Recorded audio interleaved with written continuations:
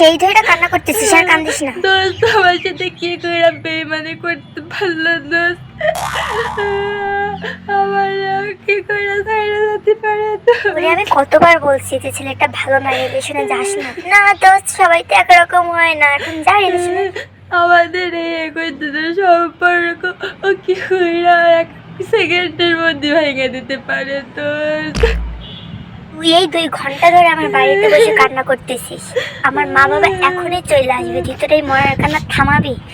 আমি টিফিনে টাকা সময় ওরা একটা শার্ট গিফট করেছিলাম দোস্ত। ওই শার্টটার আমাদের কি হবে রে দোস্ত? শার্টটার কি হবে? তুই এখানে বসে কান্না করতেছিস আর ডাইরিটা কই ছেলে অন্য মেয়ের সাথে লটর পটর করতেছিস। আর তুই যদি কোনোদিন এই ছেলের ফোন কল বা মেসেজ ধরছিস তাহলে তোর খবর আছে।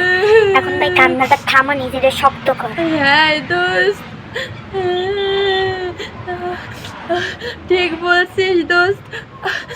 আমি আর কান্না করবো না, আমাকে শক্ত হতে হবে, আমি কান্না করলে চলবে না। তুই এখন বাড়ি যা ভাই, সেদিন আমার বাড়িতে তুই মরার মতো পড়ে রয়েছিস। তুই আমার সাথে চল, আমার বাড়ি চল, আই দোস্ত।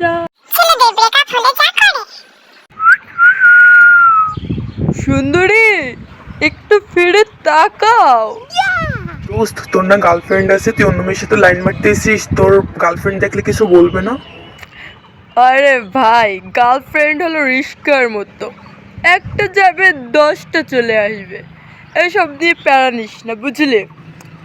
ও হ্যাঁ, আমাদের স্কুলে ছাদিয়ে ছিল না, ওর নাম্বারটা আমাকে একটু ম্যানেজ করে দিবি, রাত্রে কথা বলবো।